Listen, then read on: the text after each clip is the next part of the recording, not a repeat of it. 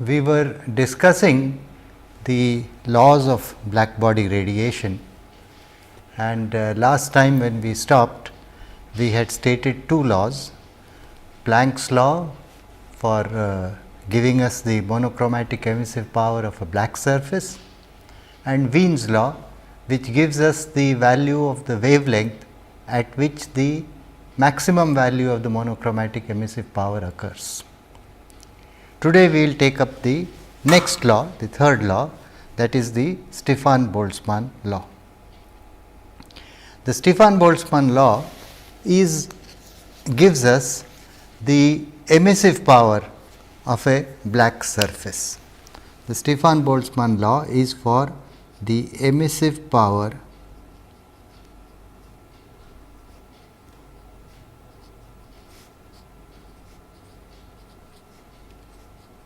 of a black surface.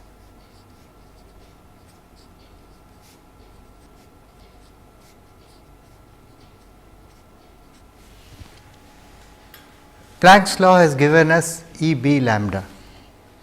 So, if I want to know what is the emissive power, what is the emissive power of a black surface, obviously I need to integrate E b lambda over all the wavelengths for which the radiation is being given off, and all the wavelengths are from 0 to infinity. So, the emissive power of a black surface E b is obviously nothing but the integral 0 to infinity E b lambda d lambda. All right. So, let us substitute Planck's law for E b lambda. If I substitute Planck's law, I will get 2 pi C 1 integral 0 to infinity 1 upon lambda to the power of 5 e to the power of C 2 by lambda t minus 1, the whole thing multiplied by d lambda. I have just substituted E b lambda from Planck's law into this expression. Now, we have to perform this integration. I am not going to do it here in the class, but what I am going to tell you is it is possible to perform this integration by expanding the E term, e to the C 2 by lambda t term, into a power series, into a series expansion, and then integrating term by term. If you do that, you will get a convergent series, you will get the result in the form of a convergent series, which sums up to pi to the power of 4 into 90.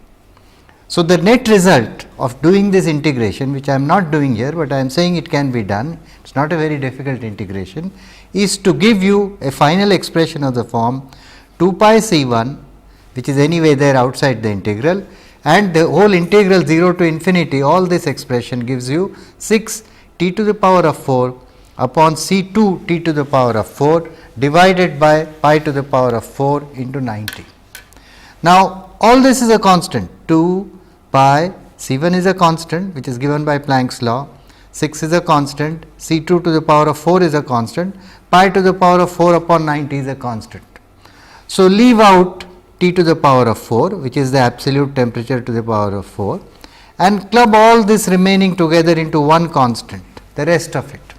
And what we get is, therefore, this expression is equal to sigma into T to the power of 4, where sigma is all this 2 pi C 1 into 6 upon C 2 to the power of 4 into pi to the power of 4 upon 90. And sigma, if you substitute all the values, comes out to be 5.670 into 10 to the minus 8 watts per meter squared Kelvin to the power of 4. It is a constant with these values. So, the net result of the integration is to give us the emissive power of a black surface E b is equal to sigma t to the power of 4, and this is called the Stefan-Boltzmann law. All right. So, the Stefan-Boltzmann law, I repeat, is nothing but a law which is obtained by integrating Planck's law, which gives us an expression for E b lambda, integrating Planck's law over all wavelengths from 0 to infinity. The Stefan-Boltzmann law, after doing that integration, says E b is equal to sigma t to the power of 4, and sigma is a constant called the Stefan-Boltzmann constant, given by this value 5.67 into 10 to the minus 8 watts per meter squared Kelvin to the power of 4. So, we have three laws now for black body radiation: Planck's law, which gives us the monochromatic emissive power of a black surface; Wien's law, which gives you the wavelength at which the maximum value of the monochromatic emissive power occurs at a particular temperature; and Stefan Boltzmann law, which gives you the emissive power of a black surface. Now, let us do a problem. The problem which we are going to do is the following.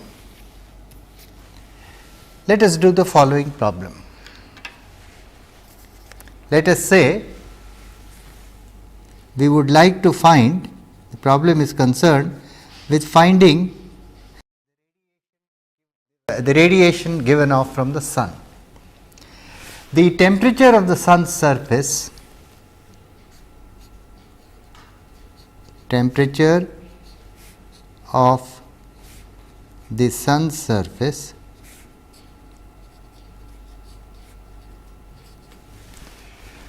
is 5779 Kelvin. All right, take this value as the temperature of the sun's surface, and the surface may be assumed to be black. The sun's surface may be assumed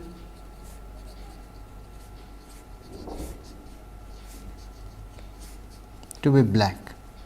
All right. We are required to calculate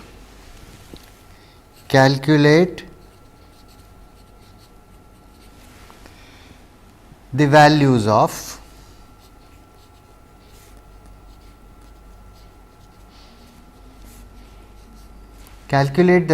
of lambda m,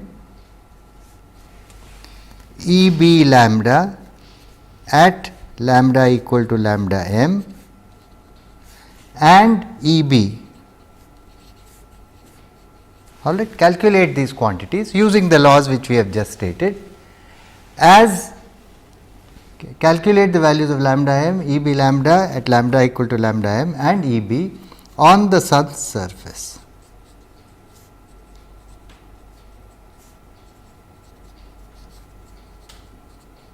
That is the problem. Also,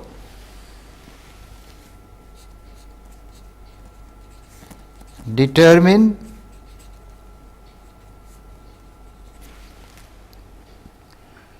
EB lambda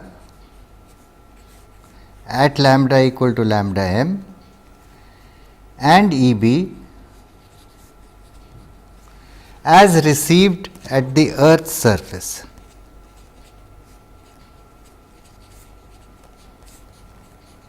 What are the values of these quantities as received at the earth's surface? All right, this is the problem. Now, we will take the following data for doing the problem. We will say take mean distance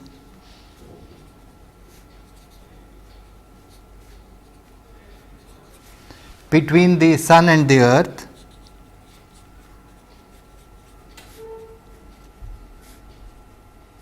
take the mean distance between the sun and the earth to be 1.496 into 10 to the power of 8 kilometers, okay, and take the radius of the sun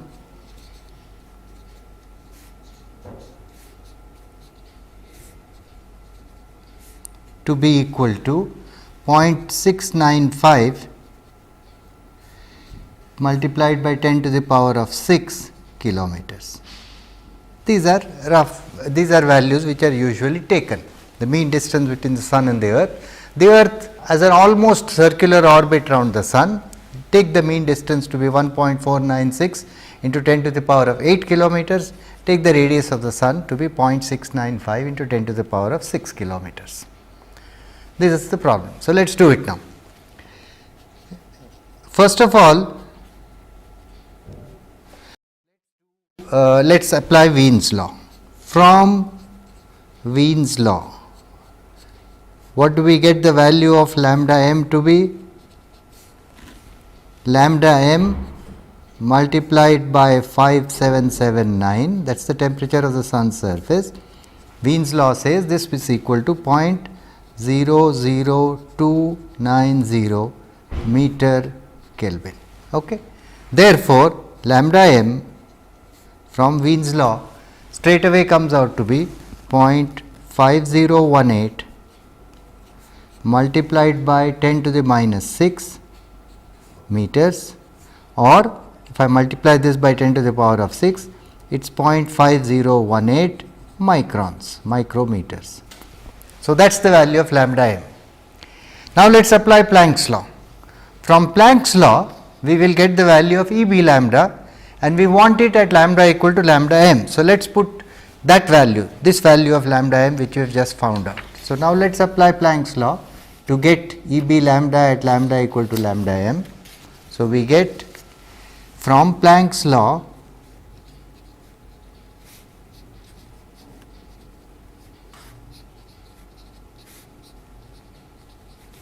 E b lambda at lambda equal to lambda m is equal to 2 pi C1, 2 pi multiplied by C1 0.596 to 10 to the minus 16, this is the constant C1, divided by the lambda to the power of 5, divided by lambda to the power of 5, let us put that 0.5018 into 10 to the minus 6, the whole thing to the power of 5 into exponential of C2 by lambda t, C2 is 0.014387, lambda t will be 0.00290, all right, minus 1 and close the bracket. Okay. That is equal to, that will come out equal to, on doing the calculation, we will get this is equal to 0.83038 into 10 to the 14 watts per meter cube, or if you want to express it in the units which we usually do, 8308 into 10 to the power of 8 watts per meter squared micron. This is the unit usually used for E b lambda. So, this is the next value which we are looking for, the value of E b lambda at lambda equal to lambda max. Now, let us get the value of E b rather. So, we will get from the Stefan-Boltzmann law, from Stefan, I will write just S b law, E b is equal to sigma 5.670 into 10 to the minus 8 multiplied by 5779 to the power of 4, t to the power of 4 where t is in absolute Kelvin, all right, is equal to, that comes out equal to 63.24 multiplied by 10 to the power of 6 watts per meter squared. So, that is the value of E b. This is the first part of the problem. Now, the next part is you are asked also to find the values of E b lambda at lambda equal to lambda m and E b at the earth's surface. Okay. So, that is the next part. Now, mind you, you should note what is happening to the radiation which comes out from the sun. Suppose let us say this is the sun, let me just draw the sun here, let us say this is the sun, all right. The radiation from the sun is going out like this in all directions spherically, all right. That is how the radiation from the sun is going out, isn't it? And let us say this is the earth here, Okay. We are told that the average distance between the sun and the earth, the average distance, let us put that down, between the sun and the earth is 1.496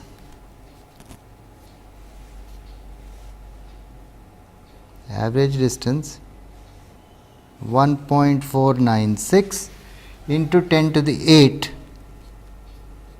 kilometers.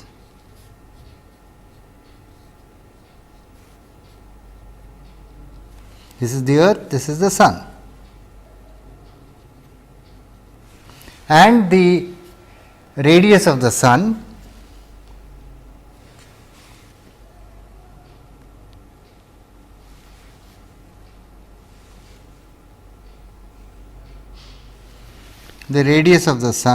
is 0.695.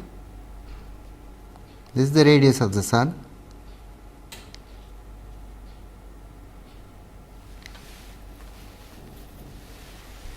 Point 695 into 10 to the 6 kilometers. 695 into 10 to the 6 kilometers. This is the geometry we are dealing with. We have the value of EB lambda and EB at the sun's surface, that is right here where I am showing it. Okay. We want the value at this point, that is at the earth's surface. Now, mind you, I am not distinguishing between the earth's surface and the center of the earth, because the radius of the earth is so small, there is no point in worrying about that here, because of the distances, the other distances involved. All right. So, we have a value of EB lambda and EB out here. We want the value here. Now, the radiation coming out from the sun is going out spherically in all directions. So, obviously, it is going to be, the flux is going to be inversely proportional to the square of the distance, because the surface area of a sphere is 4 pi r squared, right. Therefore, EB lambda, we can straight away say EB lambda, lambda equal to lambda max at the earth's surface, on the earth's surface,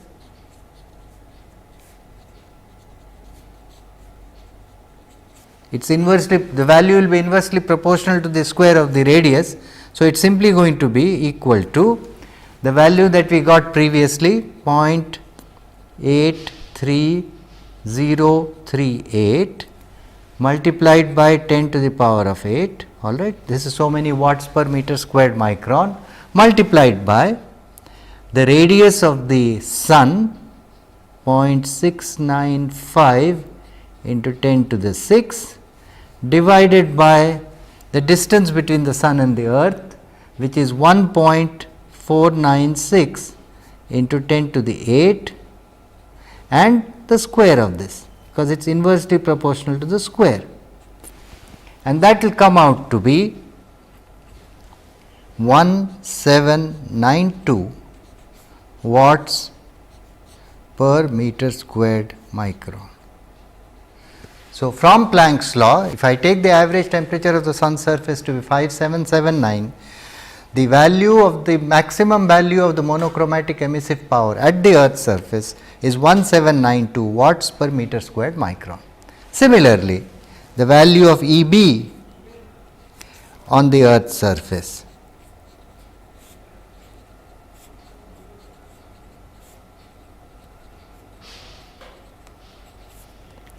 will be given by 63.24 into 10 to the 6, that is the value on the sun's surface, multiplied by 0.695 into 10 to the 6 divided by 1.496 into 10 to the 8, the whole thing squared, all right, and that will come out to be, if you calculate it, you will get the value to be, that is equal to 1365 watts per meter squared. So, that is the flux received at the earth's surface, E b as received at the earth's surface emitted from the sun. This particular quantity is in fact called the solar constant.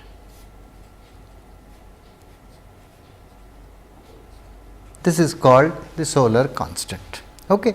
So, here is a simple problem which we have done to illustrate how to use all the laws of black body radiation, Planck's law, Wien's law as well as the Stefan-Boltzmann law. Okay. Now, if all these laws give you values for black surfaces, but as an engineer we are dealing with real surfaces. Real surfaces are not black surfaces, all right. They have emissivities, some value of emissivity, and for a real surface you know E is equal to, the value of E is equal to, for a real surface,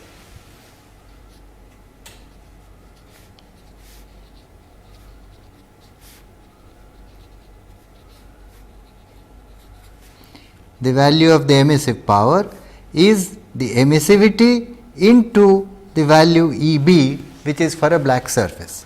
So, E b I will get from the Stefan-Boltzmann law, but epsilon, the emissivity of the surface, I need to know, that is a property of the surface, all right. So, just like when we did calculations in conduction, you need to know the value of thermal conductivity K everywhere. Similarly, in radiation, if you want to know how much is going to be radiated from a surface which is at a given temperature, you need to know the emissivity of that surface.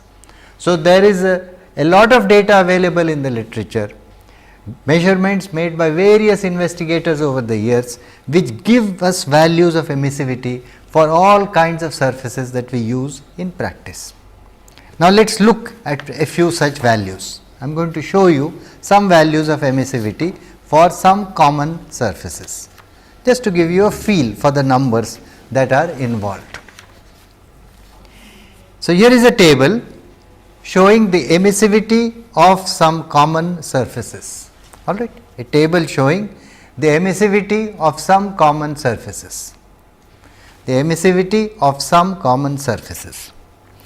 I have grouped the matter into three things, that is, first I am going to talk about the emissivity of metal surfaces, then the emissivity of non-metal surfaces, then the emissivity of liquid surfaces, all right, one by one. So, let us look at the first, the emissivity of, and let me just blank off the other, so that your attention stays only on the first part. Let us focus our attention first on the emissivity of metallic surfaces. Okay. I have picked three here as an example. Which are the three? Brass, copper, steel, and in each case I have distinguished between polished surfaces and oxidized surfaces, polished, oxidized, polished, heavily oxidized, and for steel I have also talked of commercial surfaces. Okay. Now, notice the emissivity for a polished surface, polished brass surface as measured 0.09, polished copper surface 0.04 to 0.05, a polished steel surface 0.08 to 0.14. Okay. So, notice that when you have a polished metallic surface, the value of emissivity is quite low, it has to be between 0 and 1, it is quite low, usually less than 0.1, 0.09, 0.04, 0.08 are typical values. The moment the surface is oxidized, the value goes above 0.5. Look at oxidized brass 0.6, look at oxidized copper 0.5 to 0.8, look at heavily oxidized steel 0.81. So, the moment I have an oxidized metallic surface, the value will usually be greater than 0.5, maybe 0.6, 0.7, 0.8, something like that. So, this is a rough thumb rule to remember. A polished metallic surface may have an emissivity of the order of 0.1 or less. An oxidized metallic surface would typically have values greater than 0.5, 0.6, 0.7, something of that order. That is one comment. If you really want, of course, to have precise values, you need to go to a handbook. These are just some rough indicators of the type of values we get. Now, let us look at the next class, that is I have put down the emissivities of some non-metals. All right. Here are some emissivities of non-metals: brick, concrete, glass, oil paints, wood, a variety of non-metallic surfaces. And look at the emissivity values: brick 0.93 to 0.96, concrete 0.88 to 0.94, glass 0.90 to 0.95, oil paints 0.92 to 0.96, wood 0.94. So, typically a non-metallic surface would typically have a value greater than 0.8, more like 0.9 in most cases. Keep that in mind.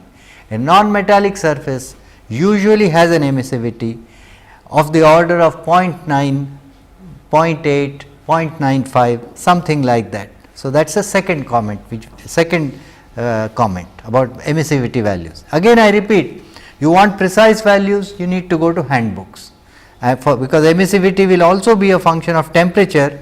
Here I have given the value at a particular temperature. It will be a weak function of temperature, not varying that strongly, but nevertheless a function of temperature. And finally, I have given the value for one liquid surface, and that is water. Notice for water, the emissivity value at room temperature, that is about 300 K, the value is 0.95. Water has an emissivity of 0.95 at a room temperature of about 300 K. This is true of most liquid surfaces. The emissivity values will be around 0.9, 0.95 for most liquid surfaces. So, I want you to keep these magnitudes of emissivity in mind when you do approximate calculations in radiation. Exact values of course can always be obtained from the handbooks which are available, in which measurements made by various investigators are tabulated. All right. Now, we have talked about the emission characteristics of surfaces, right. We have talked about first of all defined terms like the total hemispherical emissive power, or what we call only as emissive power, the monochromatic emissive power, the emissivity of a surface, the monochromatic emissivity of surface, and we have also stated the three laws for black body radiation. This is all concerned with radiation being emitted from a surface which is at a particular temperature. Now, we want to talk about radiation falling on a surface, that is radiation incident on a surface. Okay. Let us now talk about radiation incident on a surface. This radiation which we are talking about may have come from some surrounding surface. It may have been emitted by some surface and then is falling on the surface with which we are concerned. So, the radiation falling on a surface has originated from probably from some other surface from which it is being emitted. Okay. Now, when radiation falls on a surface, a part of that radiation is absorbed and the rest is reflected. If the body is transparent, a part may also be transmitted. So, three things happen to radiation when it falls on a surface, when it is incident on a surface. A part of that radiation is absorbed, a part of it may be reflected, and a part may be transmitted through that body, if that body is transparent to radiation. Say for instance, light is falling on a glass, then some of the light may go through the glass. This is shown pictorially in this figure here, where I have drawn a rectangular block and said some ray of radiation is falling. I have shown just one ray, not radiation coming from all directions. Just for as an example, I have shown one incident ray coming here, and I have said what will happen to it? It will be reflected, it will be part of it will be absorbed, and a part will be transmitted. Three things will happen: reflection, absorption, and transmission. A part will be reflected, part will be absorbed, and the remaining may be transmitted. Or if it is opaque to radiation, then it will only be reflected and absorbed. Now, the reflection itself can be of two types. All right. One is the reflection may be like we have when light falls on a mirror, for instance, typically optical light falls on a mirror, the angle of incidence is equal to the angle of reflection. You follow? So, reflection may be of that type in one direction with the angle of incidence equal to the angle of reflection, or reflection may be in all directions as is shown by all these arrows here going outwards. That means, reflection is in all directions. You understand?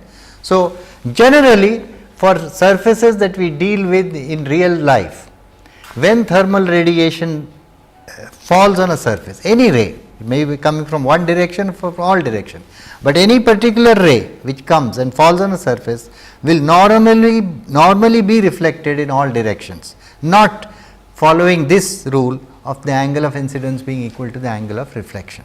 So, keep in mind, reflection in all directions is the thing that generally occurs. Okay.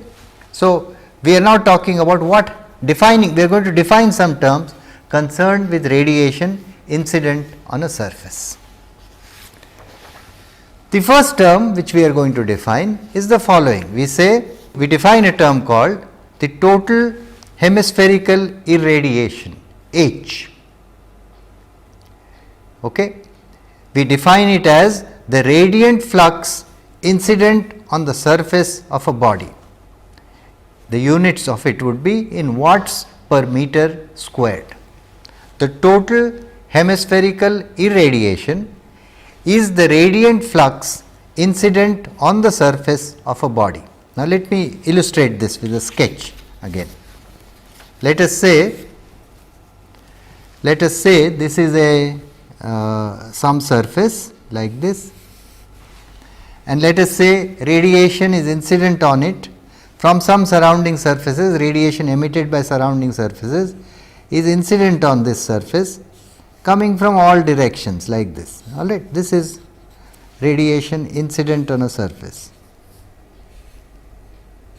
And let us look at an area here on this surface, some area here on which the radiation is incident. Okay. Now, the total hemispherical irradiation, I have said to you, is the radiant flux incident on the surface of the body in watts per meter squared. The word total which I use stands for all wavelengths. That is what we mean by total, something summed over all wavelengths, 0 to infinity. And the word hemispherical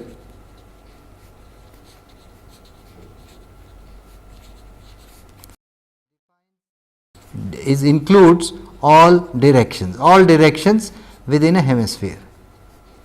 That is what we mean by the words total and hemispherical. So, total hemispherical irradiation, H, is the radiant flux incident on the surface of a body, so many watts per meter squared. Now, I have already told you a fraction of this may be absorbed. Okay. Let us say the fraction of this irradiation absorbed at the surface is alpha. We call alpha as the total hemispherical absorptivity of the surface. All right. Alpha, the total hemispherical absorptivity, is the fraction of the total hemispherical irradiation absorbed at the surface. Let us say the absorbed flux is H A, the incident flux is H and the absorbed flux is H A. So, alpha is nothing but H A upon H. All right. H A is the absorbed flux. Both are in watts per meter squared. And obviously, for a black surface, by definition, a black surface is 1 for which alpha is equal to 1. A black surface has the absorptivity, the total hemispherical absorptivity equal to unity. So, we have defined two terms, H, the total hemispherical irradiation which is incident on a surface, and alpha, which is the total hemispherical absorptivity of the surface. We have defined two terms. Now, let us define two analogous terms for monochromatic irradiation. Next two terms we are going to define are concerned with monochromatic irradiation. We say monochromatic hemispherical irradiation, we will use the symbol H lambda for it, monochromatic hemispherical irradiation, we use the symbol H lambda for it, is the radiant flux incident on the surface of a body per unit wavelength, and it will have the units of watts per meter squared micron. So, H lambda is nothing but dH d lambda, the watts per square meter per unit wavelength, dH d lambda, or we can say dH is nothing but H lambda d lambda. If I integrate H lambda over all wavelengths, then I have got to get the quantity H. So, another way of defining H lambda is to say it is that quantity, H lambda is that quantity which when integrated over all wavelengths 0 to infinity will give me the total hemispherical irradiation on the surface. So, we can say, let me repeat, the monochromatic hemispherical irradiation on a surface H lambda is that quantity which when integrated over all wavelengths ranging from 0 to infinity gives us the total hemispherical irradiation H incident on the surface. So, that is another way of looking at the quantity H lambda. And we define the last term now. The last term will be the monochromatic hemispherical absorptivity of a surface, for which we will use the symbol alpha lambda, monochromatic hemispherical absorptivity of a surface alpha lambda, and we say it is the fraction of the monochromatic hemispherical irradiation absorbed at a surface. Out of the quantity H lambda, a certain amount is absorbed, let that be H A lambda. The ratio H A lambda by H lambda is the fraction that is absorbed of the monochromatic hemispherical irradiation, and we will denote that by the symbol alpha lambda. So, alpha lambda is H A lambda upon H lambda. H A lambda is the absorbed monochromatic hemispherical irradiation. Obviously, again for a black surface alpha lambda is equal to 1. All right. So, there is irradiation falling on a surface, H if it is all the radiation, H lambda if it is the monochromatic value that you are looking for, a certain fraction out of it is absorbed. In the first case, the fraction absorbed we call as the total hemispherical absorptivity, denoted by the symbol alpha. In the second case, when it is monochromatic, we call it the monochromatic hemispherical absorptivity and denoted by the symbol alpha lambda. In the same manner, exactly in an analogous manner, I can define terms like total hemispherical reflectivity and monochromatic hemispherical reflectivity. These would be rho and rho lambda, and I can define terms like total hemispherical transmissivity and monochromatic hemispherical transmissivity, which would be tau and tau lambda. You understand? What would be rho? Rho would be the fraction of the total hemispherical irradiation incident on a surface which is reflected from the surface. And what would be tau? Tau would be the fraction of the total hemispherical irradiation incident on a surface which is transmitted through that surface. Okay. So, rho and tau are similar to alpha. Alpha stands for the absorbed fraction, rho for the reflected fraction, tau for the transmitted fraction, and the corresponding quantities in monochromatic level are alpha lambda, rho lambda, tau lambda. Okay. Therefore, it follows from the definitions, it follows that alpha plus rho plus tau must be equal to 1, alpha lambda plus rho lambda plus tau lambda must also be equal to 1. That follows from the definitions, because only three things can happen to the radiation. It can be absorbed, it can be reflected, or it can be transmitted, and the sum of the three fractions has to add up to 1. For all the incident radiation, these three things can happen. So, alpha plus rho plus tau is 1, alpha lambda plus rho lambda plus tau lambda must be equal to 1. And if the body is opaque, like for instance, it is a metallic surface, say for instance, so that no radiation can go through the surface. Then if the body is opaque, tau and tau lambda would be 0, and then alpha plus rho is equal to 1, and alpha lambda plus rho lambda is also equal to 1. So, instead of the first two expressions here, I get these two expressions if the surface of the body, if the body is opaque and no radiation is transmitted through it. And this is very true very often, because we deal very often with metallic surfaces. So, no radiation goes through, and alpha plus rho is equal to 1, alpha lambda plus rho lambda is then equal to 1. Okay. Now, let me just sort of put things together just to recapitulate again once more what we have said. We have now defined the following quantities. I am just sort of repeating things a little. I am saying, let me make a table. So, I will say first total hemispherical,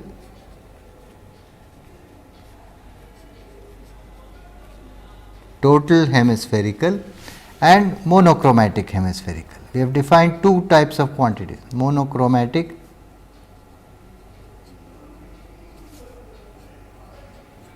hemispherical, all right.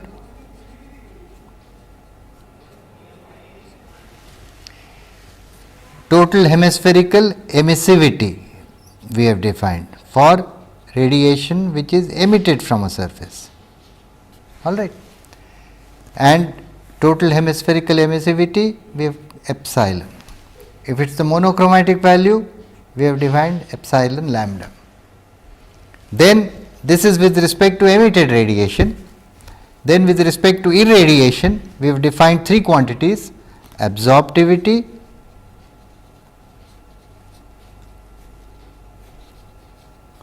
then reflectivity,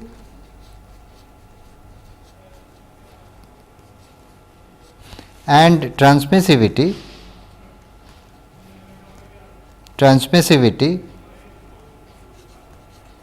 which we call as alpha, rho, tau, alpha lambda, rho lambda, tau lambda. So, these are all properties that we have for the surface. Okay. The last three are for irradiation, that is radiation incident on a surface. These are for irradiation. The first one is for emission. So, these are all, this is kind of a snapshot of the terms we have defined. And also I repeat that we have also got the same abbreviated versions that we had earlier. That means, we will use the same abbreviations earlier, we will not keep on saying things like instead of saying total hemispherical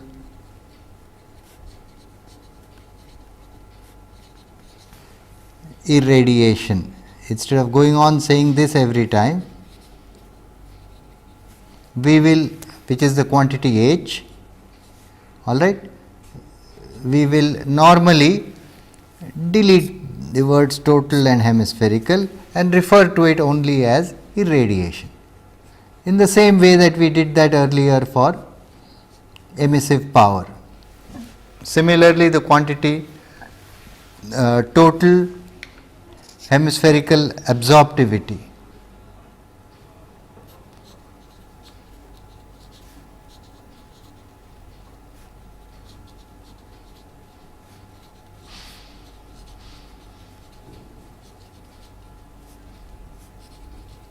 which is alpha, we will simply call it as absorptivity.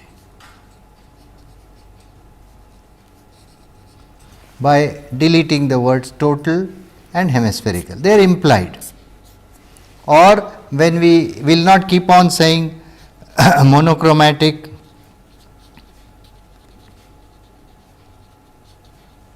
hemispherical irradiation,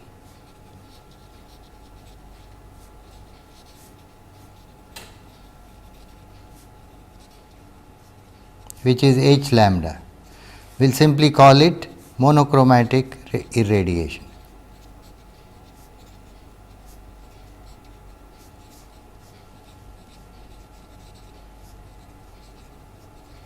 we will simply call it monochromatic irradiation, deleting the word hemispherical. And finally, in the same vein, we will not use the phrase monochromatic hemispherical absorptivity,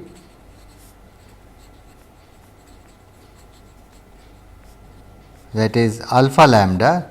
All right, we will delete the word hemispherical and simply call it monochromatic absorptivity.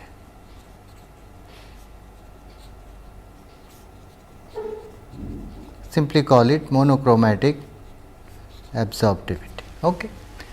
And also, like earlier, we will instead of monochromatic, sometimes following other authors, we will use the word specular instead of monochromatic and call it specular irradiation or specular absorptivity instead of monochromatic absorptivity. You should know these different terms that are used by various people. Many people, instead of calling it monochromatic absorptivity, call it as specular absorptivity. So, I want you to know these terms. Now, let us do one more problem again, so that these ideas get illustrated about these terms, absorptivity, monochromatic absorptivity, etc. So, let us do the following problem. The problem we want to do is like this. We say, let us say I have a surface. For a surface, the variation of monochromatic irradiation, of monochromatic irradiation, that is H lambda, on an opaque surface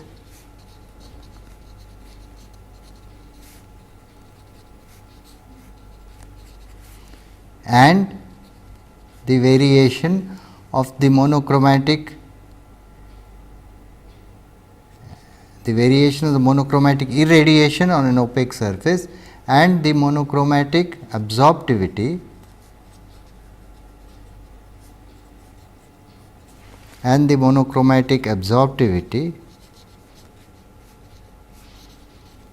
that is alpha lambda with lambda with wavelength is as shown.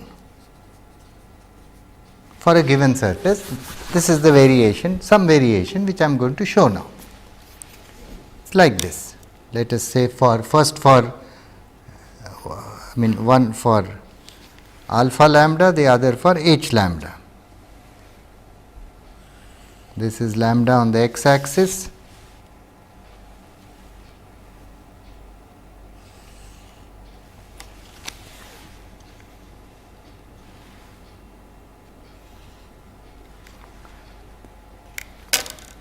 let us say this is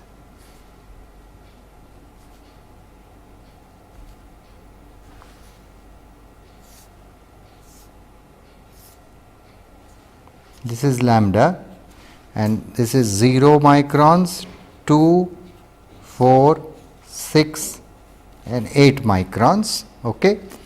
Now, the variation of H lambda is given to be the following. You are told that H lambda for this surface is like this. It's a simple rectangle like this for the surface.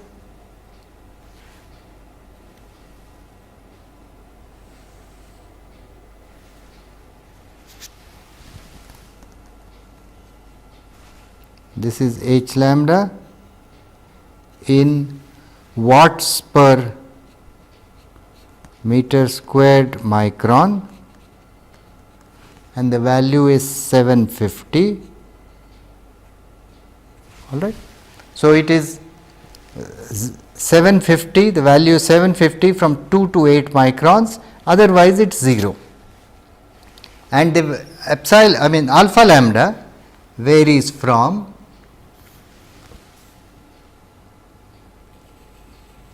like this, 1 comes down to 0.5, then is 0.5, then is 0.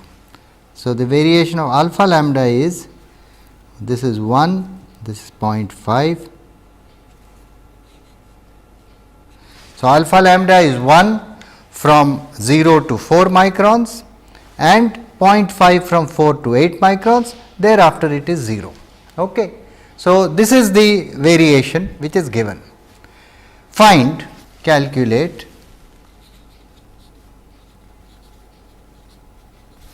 absorbed radiant flux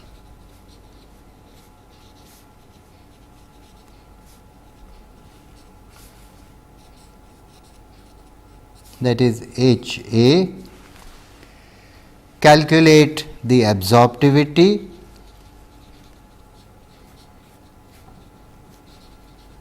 that is alpha and calculate the reflectivity that is rho. Okay. Now, what are they? Very easy to find out. H A, the absorbed radiant flux, is the integral 0 to infinity H A lambda d lambda. That will be the absorbed radiant flux. So, that is nothing but the integral 0 to infinity alpha lambda H lambda d lambda, all right, where H lambda is the incident flux. That is nothing but, now let us do it in steps. Let us take it first from integral 0 to 2 microns and put a value of H lambda from 0 to 2 and put the value of alpha lambda from 0 to 2, which is 1, plus integral 2 to 4, value of alpha lambda is again 1, since it is constant I can take it outside the integral, multiplied again by H lambda d lambda, plus the integral from 4 to 8, alpha lambda is 0.5, H lambda d lambda, and finally, the last one 8 to infinity 0, and that is to be multiplied by H lambda d lambda, all right. So, we will get 1 multiplied by 750 into 2, the first integral, plus the first is 0 of course, the second one gives me 1 into 750 into 2, the third one gives me 0.5 into 750 into 4, and the last one also is 0. Okay. So, these two go away, the first and the last are both obviously zeros, because here H lambda is 0 and here alpha lambda is 0. The second and the third give me these values, and if I calculate them, I get nothing but 1500 plus 1000, which is 3000 watts per meter square. That is the value of H A. So, therefore, what is alpha? Alpha is nothing but 3000 divided by the incident radiation. The incident radiation you know is nothing but 4500, 750 into 6, and therefore, alpha is 0.667, and it follows that because the surface is opaque, it follows therefore that rho must be equal to 1 minus 0.667, that is it must be 0.333. So, you see here is a very simple problem in which we have illustrated the ideas of all these quantities which we have defined today, namely the absorptivity, the reflectivity of a surface. Now, today we have completed how to deal with radiation which is coming from all directions, that is hemispherical radiation. Next time we will look at the direct nature of radiation.